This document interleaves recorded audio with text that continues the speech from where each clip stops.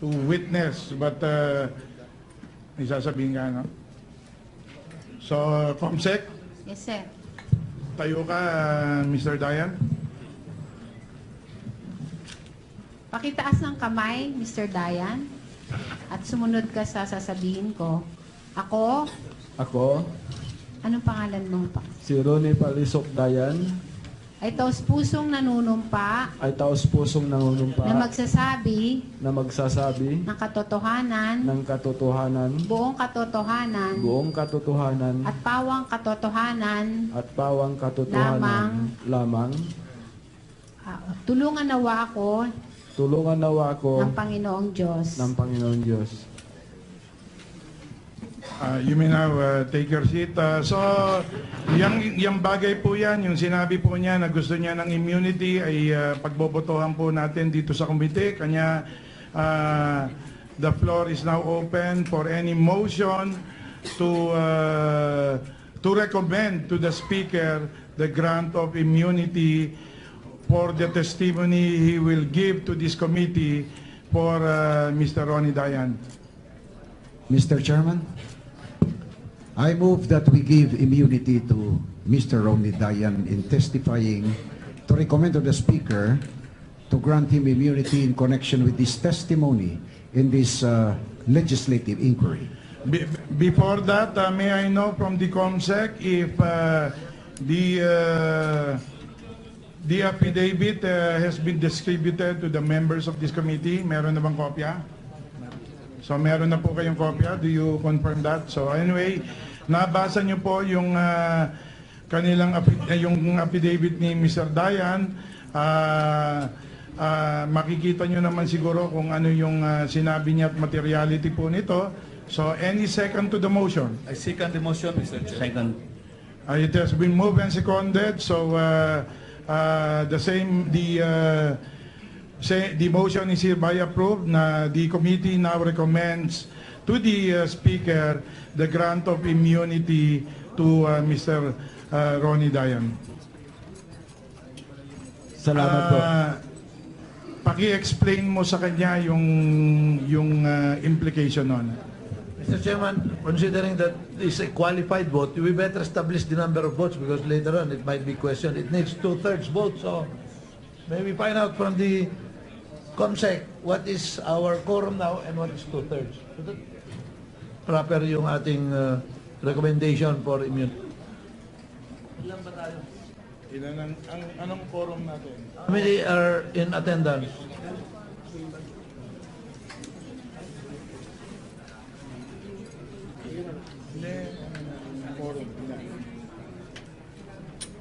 So yung quorum natin is 9 members. How many are present today?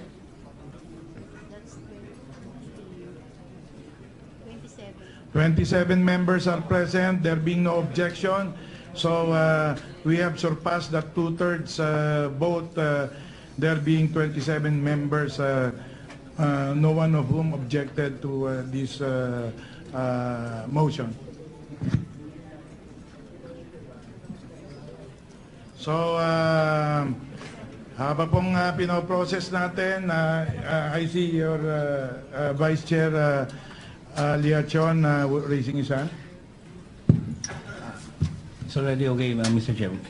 Well, pending the approval of the good speaker as regards the immunity being sought, do we have any other concerns prior to the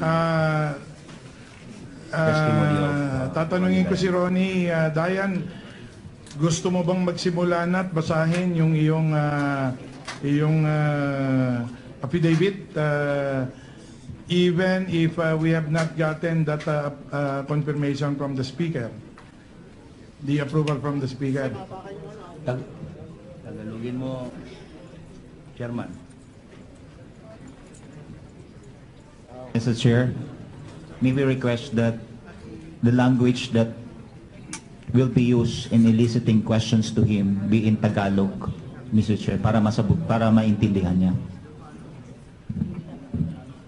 Okay, the committee takes note of that.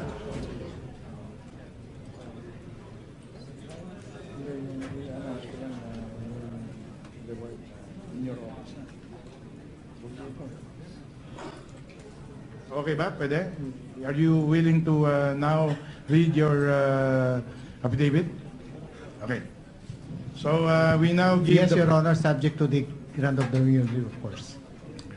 So we now recognize Mr. Ronnie Dayan. Please read into the records the contents of your affidavit. Mr. Dayan, you are now recognized. May we be allowed to authenticate for him to affirm his affidavit first? Okay.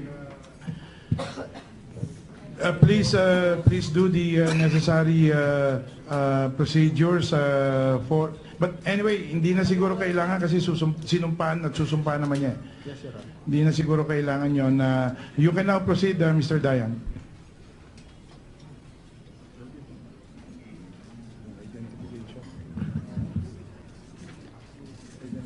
Ako po si Ronnie Palisok Dayan, Pilipino, 44 taon gulang, may asawa, naninirahan sa Barangay Galarin, Orbistondo, Pangasinan. Matapos na makapanumpa ng maaayon sa saligang batas ng Pilipinas ay nagsasaad ng mga sumusunod.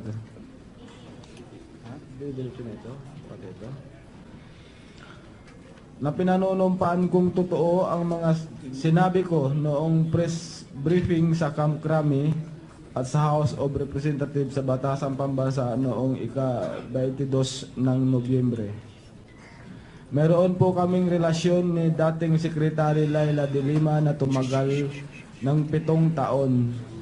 Nagsimula po ito noong ako ay nagtatrabaho sa kanya bilang driver bodyguard sa kanyang law firm noong 2007. Na humingi ako at ang pamilya ko ng tulong kay Senator de Lima, ngunit hindi niya sinagot ang aming mga text sa kanya. Natumanggap po ako ng pera noong 2014 mula kay KERWIN ESPINOSA para kay Senador de Lima. Wala pong nagbibigay ng proteksyon sa akin, wala din pong nagtago sa akin at wala rin pong nagkup-kup sa akin. Basta yung lupa na pinagtayuan ng bahay kubo ko doon ay pag-aari ng tiyuhin ng asawa ng pamangkin ko. Ang naging habulan po namin ng mga pulis ay umabot ng higit kumulang 15 kilometro. Umabot po ako hanggang bukid kung saan namagana po ang aking mga paa dahil sa arthritis at napaupo na lang po ako. Nagpahuli na talaga ako. Una ko pong nakilala si Attorney Laila de Lima noong nag-apply ako bilang driver security ni ma'am sa law office nila sa Panay Avenue, Quezon City noong taong 2007. Totoo pong nagkaroon kami ng relasyon ni ma'am at nagsimula po ito noong 2007.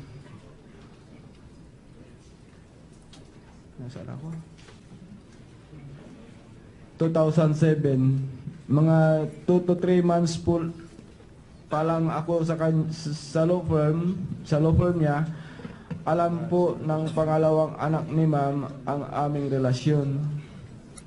Alam din po ni ma'am na may asawa po ako ng mga panahong iyon. Kasal na po ako since 1991. Noon ako ay nag-apply bilang driver security ni ma'am sa kanyang law firm. Kaya't doon siya ay lumipat sa Commission on Human Rights. Noong 2008 ay kasama din ako bilang close-in security.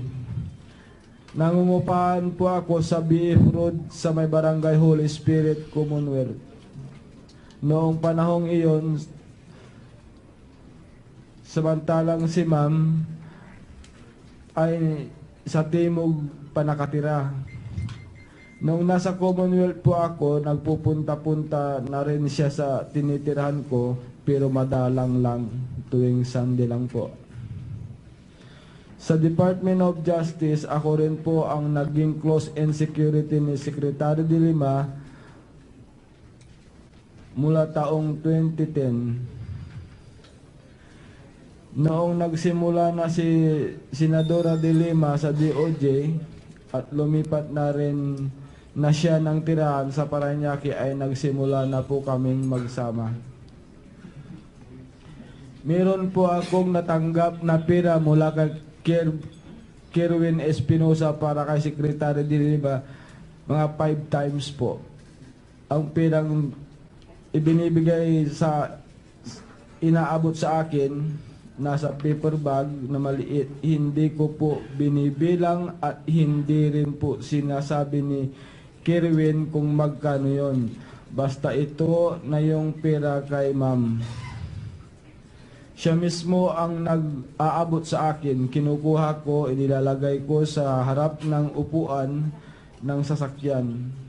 Hindi ko po alam kung magkano yung laman nung binibigay sa akin na paper bag kasi hindi ko lang po sinilip, sinalat ko lang.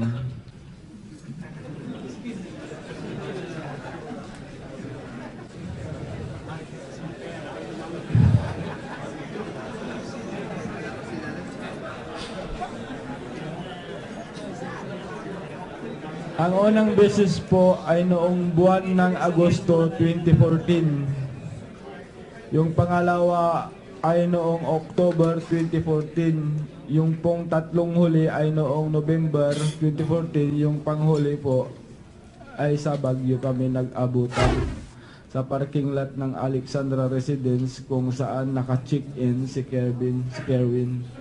Dumating si KERWIN doon ng November 19, 2014. Nag-meet kami kasama na si ma'am November 22, 2014. Yung unang 4 na pagkikita namin ni KERWIN ay sa Mall of Asia.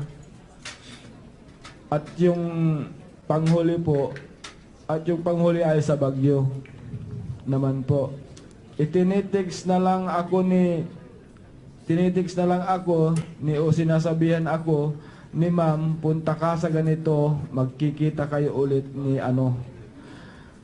Ganon mag-isa lang po ako kapag minimit ko po si KERWIN. Si KERWIN po mismo ang nag-aabot ng pera at inaabot ko ang mga ito kay ma'am pagdating sa bahay. Sa mismong kwarto, automatic na po yan kasi pag mga ganong parang sinasabi natin na sekreto, hindi ko na inaakyat sa office niya, sa bahay na lang. Minsan noong humingi ako ng pera kay ma'am, kumuha na lang siya roon sa pinaglagyan niya ng paper bag. Sinabi ko magdi-off na ako. Wala akong pera. Magbibigay siya 25,000 to 30,000. First time ko na meet yung si KERWIN nung unang pagkikita, di ko pa alam na ang pangalan niya noon na siya pala yung KERWIN. Namukhaan ko lang, napatunayan ko po na siya yun, na siya si KERWIN nung nagkatanungan na kami ng pangalan sa pangalawang bisis namin na pagkikita. Kasi parang nagdududa siya kung yung perang binibigay sa akin, kung nakakarating ba kay ma'am. Una siyang nagtanong, anong pangalan mo, sir? Ako yung si Ronnie Palisok Dayan. Sabi ko, ikaw, sir? Ako si KERWIN. Kasi ilang beses nang nag-meet na tayo, hindi pa tayo nagkakakilala. Sabi ko sa kanya, sabi niya sa akin, siya ang unang nag-open na magkakilalanan kaming dalawa. Noong Secretary of Justice si ma'am, may mga ilang pagkakataon po akong kasamang bumibisita sa National Bilibid Prison. Pag pumupunta kami noong unang beses, pangalawang beses, at pangatlong beses, sumasama ako sa loob. Noong mga ilang beses na, bihira na akong sumama sa loob. Ako na lang ang naiiwan sa sasakyan. Ang mga sumasama na sa kanya noon ay yung ibang close-in security niya na sina Junel Sanchez, Jobert Ernie, at yung kung tawagin namin ay Badong. Puro mga sundalo yung tatlo na yan. Mga presidential security guard sila. Bigay ng Malacanang, yung mga security ni ma'am, marami sila. Pero yung close-in, 4 lang kami. Pag day off, palitan yung isa. Palitan lang. Unang sinabihan ko po, noong sinabihan po ako ng kapatid ko na mayroon siyang natanggap na supwena mula sa Kongreso, nag-text po ako sa anak ko. I-text mo nga si Madam Titalay kasi ang tawag nila sa kanya. Ako ang tawag, ang pagkakasabi ko sa kanila, Madam. I-text mo si Madam, kunin mo yung iyong opinion niya. Kasi dumating na yung supwena na pirmahan ng auntie mo, tita. Sabihin mo, aatin ako. Sabi ko sa anak ko, i-text mo iyan kasi tuwing nagtitext ako, hindi na siya nagre-reply kasi kaya itong mga anak ko ang pinay-text ko. Ang reply niya sa anak ko, huwag siyang paatin, huwag siyang umatin diyan. Pagkakaguluhan lang siya diyan. Sabi ng ganon. Pagtatawanan lang kaming dalawa, magiging kahiya-hiya kami diyan na dalawa. Gustong-gusto kong atinan yung hearing pero ang sabi ni ma'am sa text niya sa akin, anak, na si Dayan, pakisabi sa kanya magtago lang muna siya. Kagagawan yan nila Speaker Alvarez at dikta ni Digong. Pagpipistahan lang siya at kaming dalawa kapag mag-appear siya sa hearing. Ang text po niya ay galing sa number na 0917-842-2759 noong October 1, 2016 bandang alas 6:14 p.m.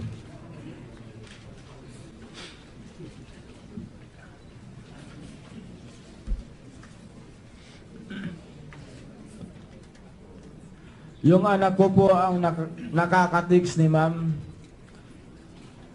Nung pangalawa po, pinatix ko, pinatawagan ko, hindi na siya nagre-reply, nag-decide na ako na magtago na kasi hindi na siya nakukontak.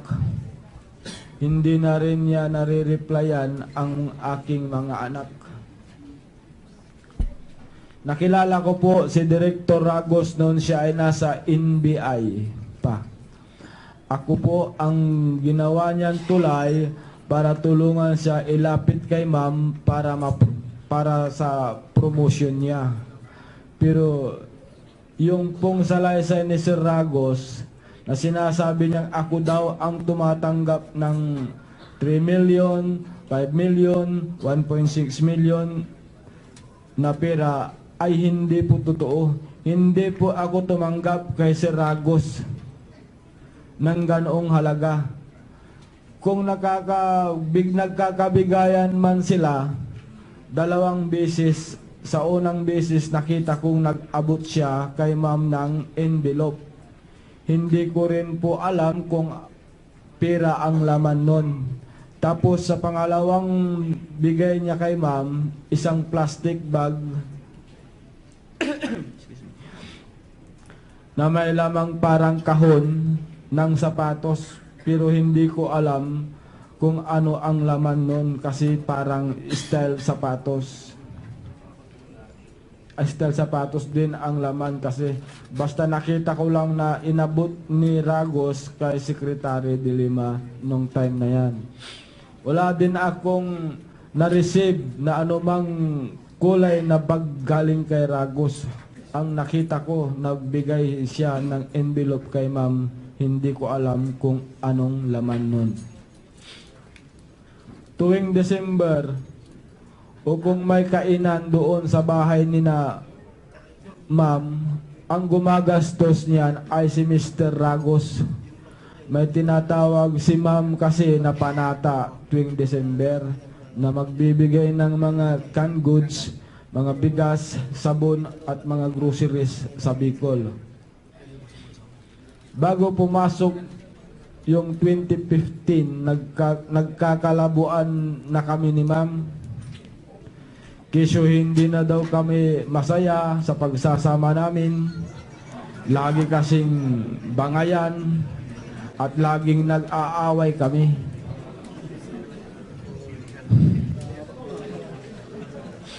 Kaya nung nabalitaan ko na yung isang hagad niya na ang pangalan ay Warren Cristobal, ang bagong boyfriend niya, parang nasampal ko siya ng bahagya kasi si ma'am. Sabi ko, ubusin mo yata kaming mga security mo. Kaya simula noong January, bihira na akong pumasok sa DOJ, bihira na akong sumama sa kanya. At nag-stay ako sa Pangasinan, tapos nag-text siya, pumunta ka sa Maynila, may pipirmahan ka. Kasi hindi ka pumapasok, sumusweldo ka. Sabi niya. Sabi ko, isang beses lang ako sumweldo nitong January nung 15 lang. Nung 30 hindi na ako sumweldo. Wala nang pumasok sa ATM ko. Kasi sa ATM ang swelduhan namin. Tapos nung pumunta na ako, resignation na. Sabi ko kay ma'am, pinagre-resign muna ako na parang nagpapalipas lang ako ng sama ng loob sa Pangasinan. Nakakahiya kasi, sabi niya. At saka tama na rin ito para iwas gulo. Okay, para wala namang talagang gulo, ayaw ko ng gulo, sabi ko. Pinirmahan ko yung resignation letter, mga katapusan ng February 2015. Kung baga, pinwirsan niya akong mag-resign. Si Jonel Sanchez po, nakilala ko dahil close in security din siya ni ma'am. Hindi ko po kilala si Rodolfo Magleo, si Elberto Asinas Durano, si Jovencio Ablin, at si Renante Diaz. Si Herbert kilala ko lang po sa pangalan, pero hindi ko pa nakilala sa personal, nakikita sa personal. Tungkol naman po sa bahay sa Pangasinan, na regalo daw ni ma'am, ang totoo ay noong 2007, humingi ako kay ma'am ng 120,000 pambili ng lupa sa pagtayo ng bahay nasa 800,000 ang nanggaling sa ipon ko at yung 2 million galing kay ma'am. Si KERWIN ESPINOSA, hindi ko nga alam na drug lord nung nag-aabutan kami. Ang alam ko doon, engineer siya. Kaya sabi ko, ito siguro yung engineer na sinasabi ni ma'am. Pero ang sabi ni ma'am, may nagbibigay pa nga ng Starex sa kanya, isang engineer daw. Sabi ko sa kanya, bago na naman yung sasakyan ninyo.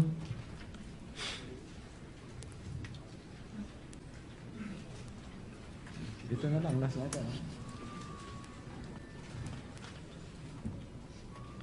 Bago na naman yung sasakyan ninyo, mama. Ang sagot niya, oo, bigay ng supporters ko. Tapos may bago siyang Fortuner na puti. Nung tinanong ko, sabi niya, ay, bigay ni engineer yan. kusa at malaya ko pong ginawa ang salaysay na ito. Wala pong pumilit sa akin o nanakot na lagdaan ang salaysay na ito.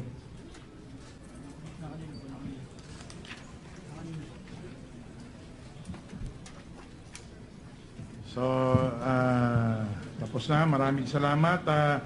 Measures needed to reform the criminal justice system through the outputs of the different subcommittees. And after that, we hope to engage more of our resource persons to help us out craft a legislation that will effectively address all of the concerns that we need so that we will be able to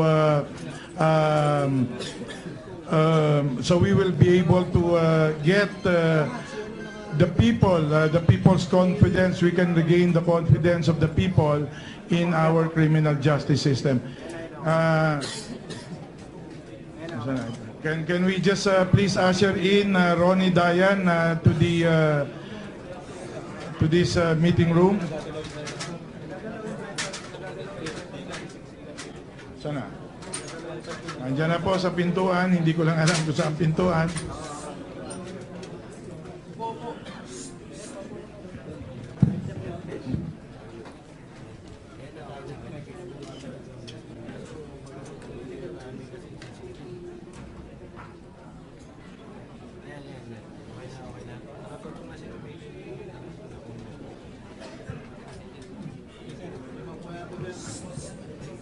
Page.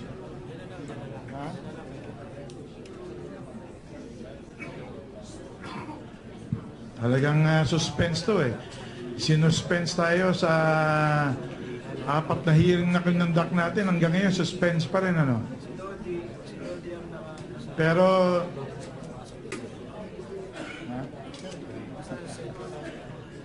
alam nyo, nung dumating po si Ronnie Dayan dito ay gutom na gutom. Hindi pinakain nila Chief Bato. Gutom na gutom. At saka mukhang may sakit. Kanya gusto sana namin kausapin, hindi na namin makausap. Anyway, but we afforded him the hospitality of the House of Representatives by first feeding him and then providing him an appropriate and suitable quarters. Pinagupitan pa po at binigyan natin ng medical attention to our medical service dito sa House of Representatives. So, nandiyan na po siya. Poging-pogi na si Ronnie Dayan. At well-rested. Ang iniintay na lang natin yung sasabihin niya po sa atin sa umagang ito. So,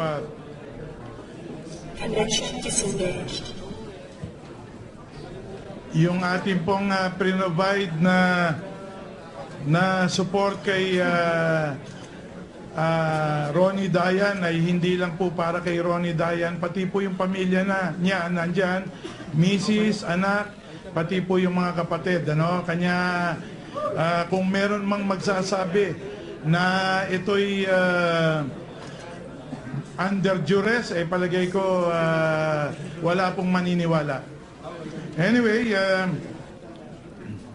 now that pati ang abogado po na binigay natin para po hindi po mapagdudahan dahil alam nyo naman po yung mga dating mga witnesses natin were assisted by a PAW lawyer. This time around, we requested the Integrated Bar of the Philippines to provide him a competent, disinterested, and fair na lawyer na mag-a-assist po sa kanya. At sila po ang nag-assiste in the person of, if I may just acknowledge, IBP, can I request IBP to please name the lawyers that you provided to assist Ronnie Dayan. Meron pong lawyer na hiningi po si Ronnie Dayan from Malasiki, Pangasinan. Si Majority Floor Leader po, move yung mga connection niya po sa Pangasinan para matuntun po itong abogado na ito. Unfortunately, he declined. So anyway, IBP is an organization whose integrity is beyond reproach. So nandyan po sila na, may I just acknowledge, sino ba nandyan? Attorney Buenaventura? For the Integrated Bar of the Philippines, Your Honor, Attorney Rose Setches Reyes, the National President of the IBP, and your Attorney Emmanuel Buenaventura, present. And we have two legal aid volunteer lawyers in the persons of Attorney Alberto Borbon Reyes and Attorney Ali Manrique assisting the witness. So maraming salamat dyan. Anyway, now that Ronnie is seated, let me start my remarks by saying that we reopened this inquiry on account of the arrest because last November 22, he was arrested somewhere in La Union on the strength of a warrant of arrest that was issued by this committee on October 10, 2016. By way of a factual backdrop, House Resolution 105, which was authored by no less than our Speaker, our Majority Leader, and many of our Vice Chair, I think, and Deputy Speakers, was filed on 21 July 2016. It was referred to the committee on September 5. The inquiry started on September 21. We conducted 4 hearings, September 20, 21, October 6, and October 10. Then we prepared the committee report a week after and approved the same on October 17. And then we presented this and got an overwhelming approval from the House in plenary on October 19. And so now that we have already submitted our report and approved by Congress, tahimik lang po. Please maintain order, please. I am amazed that this hearing still attracts nationwide interest, public interest, given that we had already accomplished our task, as I said, with the overwhelming approval of our committee report, as in fact, the legislative mill, as reported by 2 of our vice chair, had already started to tackle the legislative measures to pursue correctional reforms and judicial reforms, including the reimposition of death penalty and lowering of juvenile age. Indeed, this is rather anticlimactic, but essentially worth pursuing merely or simply to provide closure to the legislative investigation conducted and to settle unfinished business and hopefully provide the missing links. But more importantly, to serve notice to all resource persons and or witnesses that you cannot ignore this institution because our coercive powers will catch up on you at some point in time. And this is what happened to Ronnie Dayan.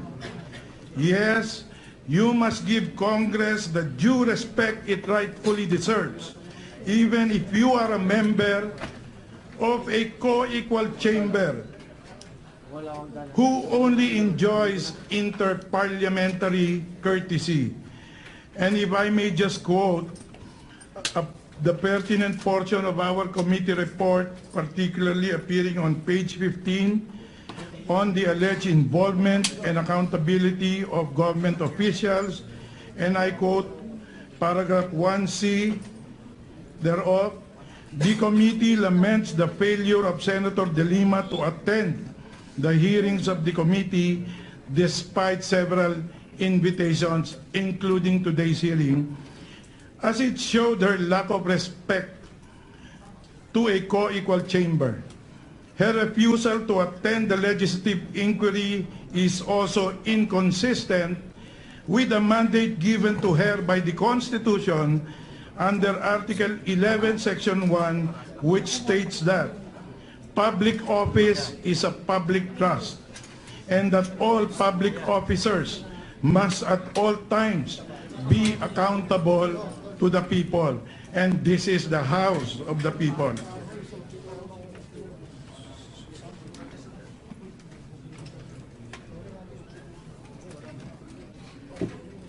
And there were talks about immunity. I think there is the intent of the witness here, Ronnie Dayan, to also seek immunity from the testimony he will give today. There were a lot of talks about this not having any basis. But let me quote for this, for the information of everyone. Republic Act 6981, an act providing for a witness protection, security, and benefit program, and for other purposes, so that I can just disabuse the minds of those who fail to appreciate the immunity that is being granted by the legislature. And I quote Section 4, witness in legislative investigations. In case of legislative investigations in aid of legislation, a witness with his express consent may be admitted into the program upon the recommendation of the legislative committee where his testimony is needed when in its judgment there is pressing necessity therefore, provided such recommendation is approved by the President of the Senate or the Speaker of the House of Representatives, as the case may be. So what I'd like to inform everyone is that there are two types of immunity granted under Republic Act 6981, and that is testimonial immunity or immunity from the testimonies given in legislative inquiries such as what we are conducting now, and immunity from prosecution that is within the mandate and the power of the Department of Justice to grant. So we are not usurping the power of the Secretary of Justice in the grant of immunity from prosecution, but simply immunity from the testimonies that any witness may say in a legislative inquiry such as this hearing. So anyway, having said that, let me commend again the PNP for a job well done. They, after having issued the warrant of arrest on October 10, in a little more than a month, they were able to arrest Ronnie Dayan. They were also able to arrest is it Abu Dhabi, Dubai ba? Si Espinosa. So we would like to give credit to where credit is due, and that credit goes to PNP for its swift action in arresting people, especially the warrant of arrest that was issued by this institution. So congratulations for a job well done. Likewise, VACC, I am almost certain that when VACC increased, nandito yung VACC, no? Sino ba nandito? Nandyan si Mr. Evangelista, si Atty. Topacio, because of the reward offer of 1 million, palagay ko bumilis din ang pag-aresto kay Ronnie Dayan. Kanya maraming salamat VACC, Mr. Evangelista, Atty. Topacio, for helping Congress close the loop, so to speak, in this legislative inquiry. Of course, siyempre gusto ko rin pasalamatan ang Integrated Bar of the Philippines for always being there in times of need. Alam niyo po, hindi po sila, palagay ko, hindi po natulog itong mga ito just to finish the affidavit that was executed by Ronnie Dayan. Alam niyo naman po, nung isang araw lang nahuli, pinagpahinga, binigyan po ng medical attention at kahapon lang po talaga sila nagkaroon ng pagkakataon na magkaroon ng pag-uusap, and because of that, in less than 24 hours, we now have an affidavit that will now be, but that will be later read to us by witness Ronnie Dayan. So, maraming salamat po sa inyo. But for the members and for all those who are present in today's inquiry and those who are watching us, listening to us, for today, since we only have one witness to cover, to explain his defiance of the coercive powers of this institution and to probably tie loose ends and or provide some missing links. Konting-konti na lang po ito. I sincerely hope that we could dispense with our task with dispatch. Hindi po tulad nung inaabot tayo ng 14 na oras. Sana po ay ngayon matapos kaagad natin.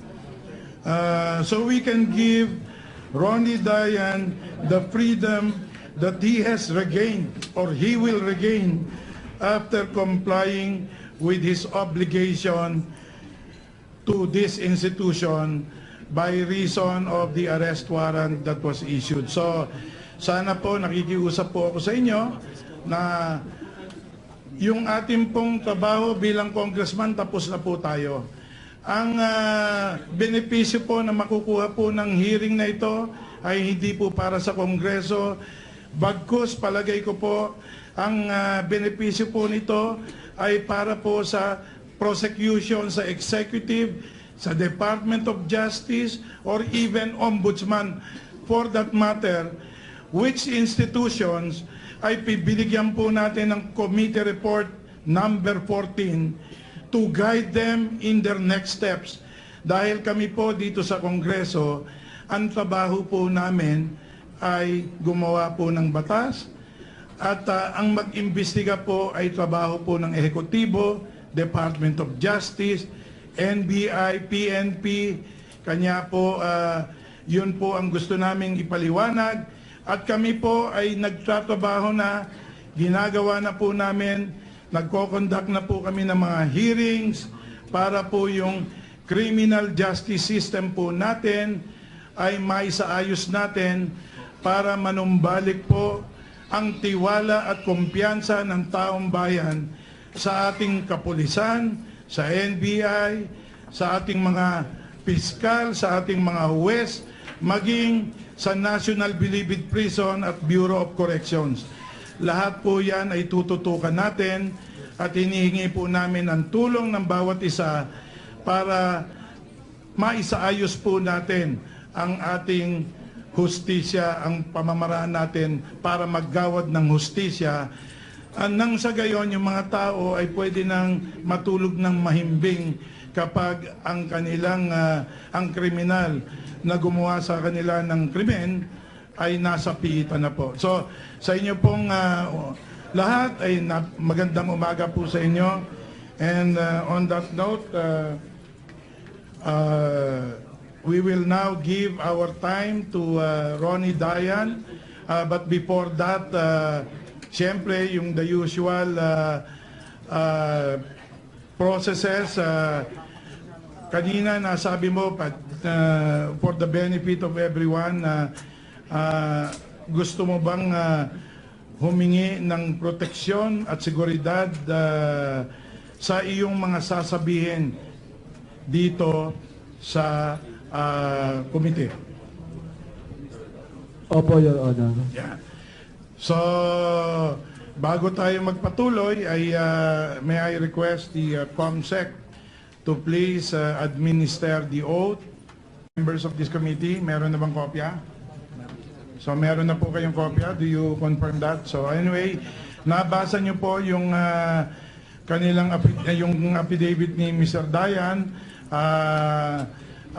Makikita nyo naman siguro kung ano yung sinabi niya at materiality po nito. So, any second to the motion? I second the motion, Mr. Chair. Second. It has been moved and seconded. So, the motion is hereby approved na the committee now recommends to the Speaker the grant of immunity to Mr. Ronnie Dayan. Salamat po.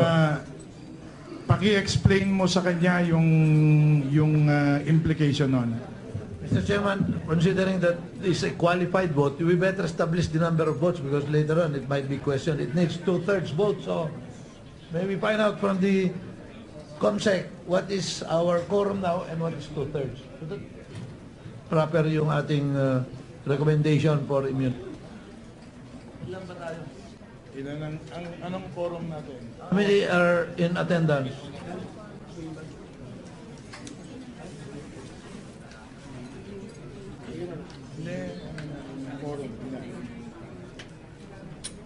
So yung quorum natin is 9 members. How many are present today?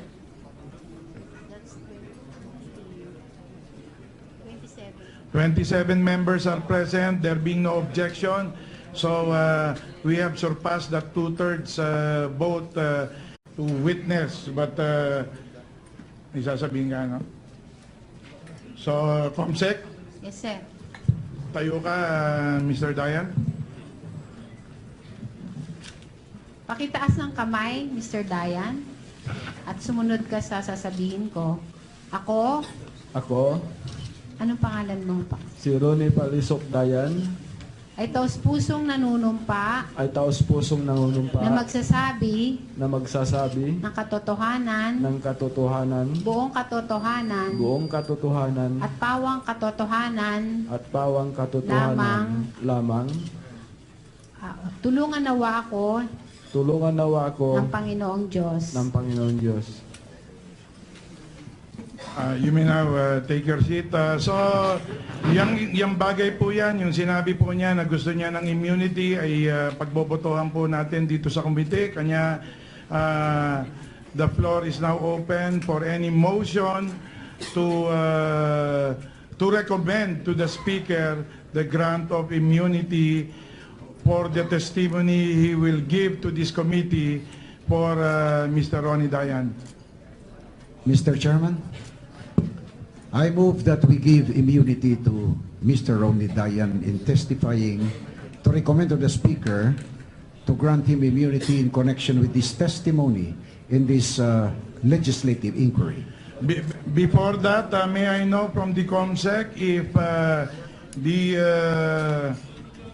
the affidavit has been distributed to the there being 27 members, no one of whom objected to this motion. So, habang pong pinoprocess natin, I see your Vice Chair Liachon raising his hand. It's already okay, Mr. Chair. Well, pending the approval of the good speaker as regards the immunity being sought, do we have any other concerns prior to the testimony of tatanungin ko si Ronnie Dayan, gusto mo bang magsimula na at basahin yung iyong affidavit even if we have not gotten that confirmation from the Speaker, the approval from the Speaker? Tagalogin mo, Chairman. Mr. Chair, may we request that the language that will be used in eliciting questions to him be in Tagalog, Mr. Chair, para maintindihan niya. Okay, the committee takes note of that.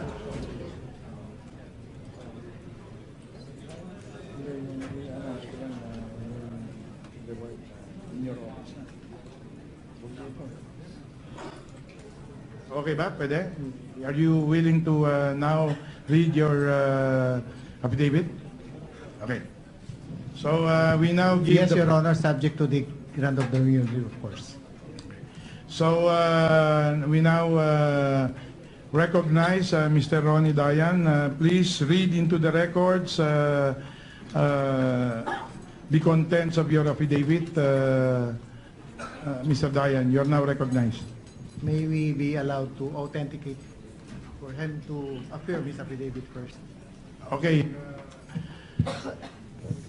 Please do the necessary procedures for. But anyway, hindi na siguro kailangan kasi sinumpaan at susumpaan naman niya. Yes, Your Honor. Hindi na siguro kailangan yon. You can now proceed, Mr. Dayan.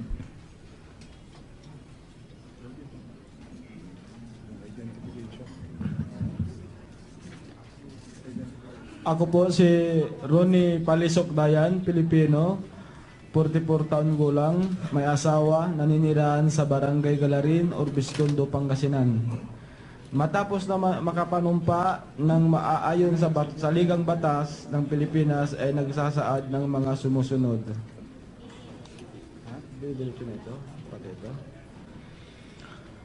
Na pinanunumpaan kong totoo ang mga sinabi ko noong press briefing sa Camp Crame at sa House of Representatives sa Batasang Pambansa noong ika-22 ng Nobyembre.